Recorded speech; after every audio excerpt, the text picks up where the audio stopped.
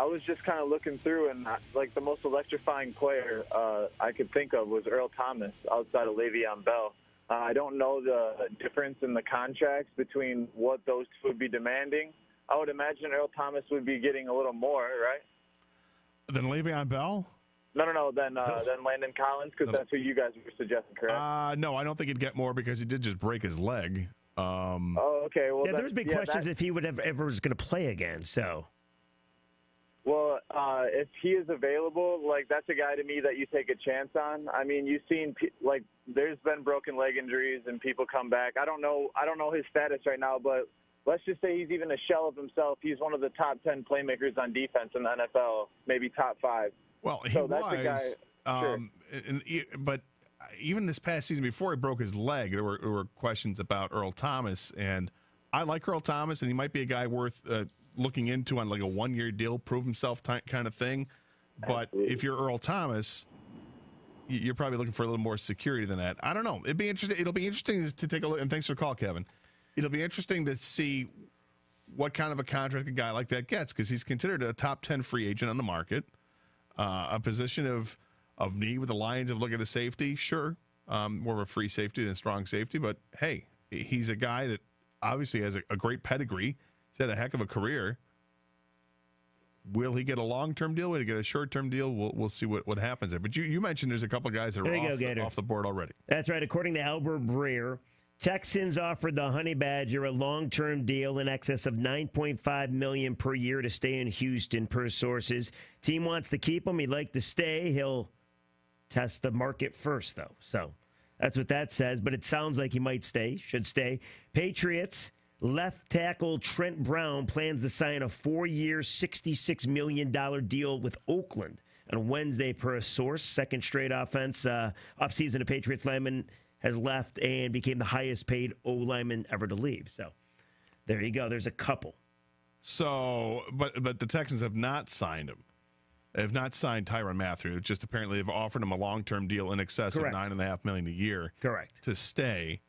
And he still will test the market. Yeah. Well, I like Honey Badger a lot. I know Doug's a big fan of Honey Badger.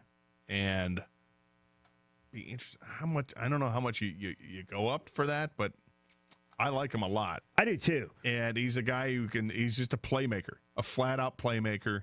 Can help you on special teams as well. He's not afraid to come up and support the run either. I like Tyrann Mathieu a lot. If Landon Collins is going to cost you $15, $16 million a year, would I pay $11 a year for Honey Badger? You can convince me into it, but it seems like the Lions, from all accounts, from beat writers and all that, is that they feel pretty comfortable with who they have at safety.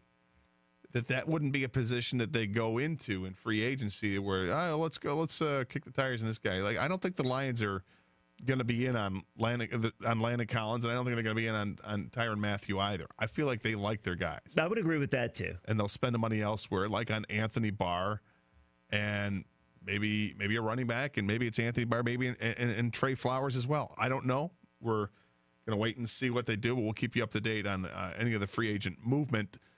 Now the legal tampering period has begun, where you can start to negotiate contracts with players, and deals will be finalized on a Wednesday when a free agency officially begins. But really, it's already underway here. The Lions made a move to sign Danny Amendola this morning, the slot receiver who played with the Dolphins last year, spent a number of years, 5 or 6 years with New England prior to that. 1 year, $4.5 million contract with incentives could be up to $5.75 million. They also released Nevin Lawson, the cornerback, yesterday, that freed up some money, almost $5. He would have had to pay him $5 million to come back, so that saves them some money there. Lions still have a lot of money to spend in free agency, and we'll see how they decide to do it. All right, I mentioned it today. Kind of feels like it's Christmas in March. Why? Because Michigan State won again, and they won the Big Ten title? Well, that's half of it. But the other half is that you have to do the show with me today. Well, that's Christmas to you? After this has happened. It's kind of like Christmas here because it's I know you try to do a lot of preemptive strikes on Twitter and saying that I know I'm an idiot and all this stuff like that, and go ahead and make fun of me all you want. But it's not going to stop people from doing it, because people will. Because you are one of the most persistent trolls when it Thanks, comes pal. to things. Yeah. No, listen, I wear it as a badge of honor. I don't care. I know you. That's why I let's say have a little fun in life, for Christ's sake. That's why I say it's a lot of fun, I think, for people like Evan and I today, to sit back and hear you have to. Yeah, Evan looking like Magic Johnson back there. He's got his Sparty hat, his Sparty blouse. He's got it all. It's not a blouse. Yeah, it's close to a blouse. It's a pullover. What are you wearing today? You got. I got a quarter zip. Yeah. Yeah. What's that? He's got a blouse, garment type thing. Yeah. Well, that's not going to work because Michigan State beat Michigan again this year. Twice, yeah. Could have happened 3 times. Hell. It could. It could, but you've turned on Michigan. You turned on Beeline. See, you turned on. I did not turn on Beeline, nor have I turned on Michigan. I just have 2 things. Number one, John Beeline got owned again against Michigan State, and to me, it seems like this rivalry, if it even is a rivalry, means more to Tom Izzo, and it means more to Michigan State. And it was frustrating to watch John Beeline and Michigan have the same issues happen to them after a week of preparation. You knew they would ball screen switch, and you knew that there'd be mismatches all over the court. And once again, you didn't find John Teske, who I'm sure at times Matt McQuaid was trying to guard a big, huge height advantage, and John Teske shot the ball 5 times. 5 times. How many times are you going to watch Michigan's offense just stand around in half-court sets and do absolutely nothing until the shot clock's about to expire and Jordan Poole jacks a 3? This offense is atrocious, and Beeline's an offensive guy. So, yes, I blame John Beeline, and I know you can't do that. You can't do that because John Beeline's the Messiah at Michigan, and he's brought you so much. No, the Messiah at Michigan's Jim Harbaugh. Oh, I got that wrong. I'm sorry. But nobody, it's so funny because this is why Michigan fans suck. This is why Michigan basketball fans blow. And you are a Michigan basketball fan. Yeah, 100%. But this is why they blow, because they have no balls. They don't. And the moment you expect something to happen, which is what you want out of a college basketball program, that's the exact moment that all these Michigan basketball hoops fans say, "Oh, we have enough. We have enough. We have enough."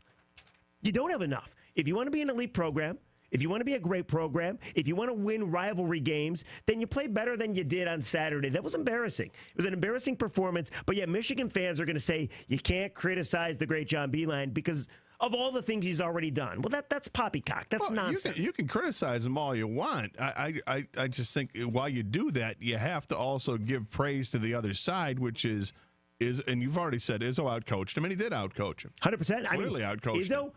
With what did they outscore him by 18 points in the second half? Michigan State 20-2 run. Yeah. In the midst of, Xavier Simpson got exposed yet again, and I just find it so funny too that Nick Ward can't play and Xavier Tillman's better than Nick Ward. Xavier Tillman is an absolute beast. I'm not going to buy that.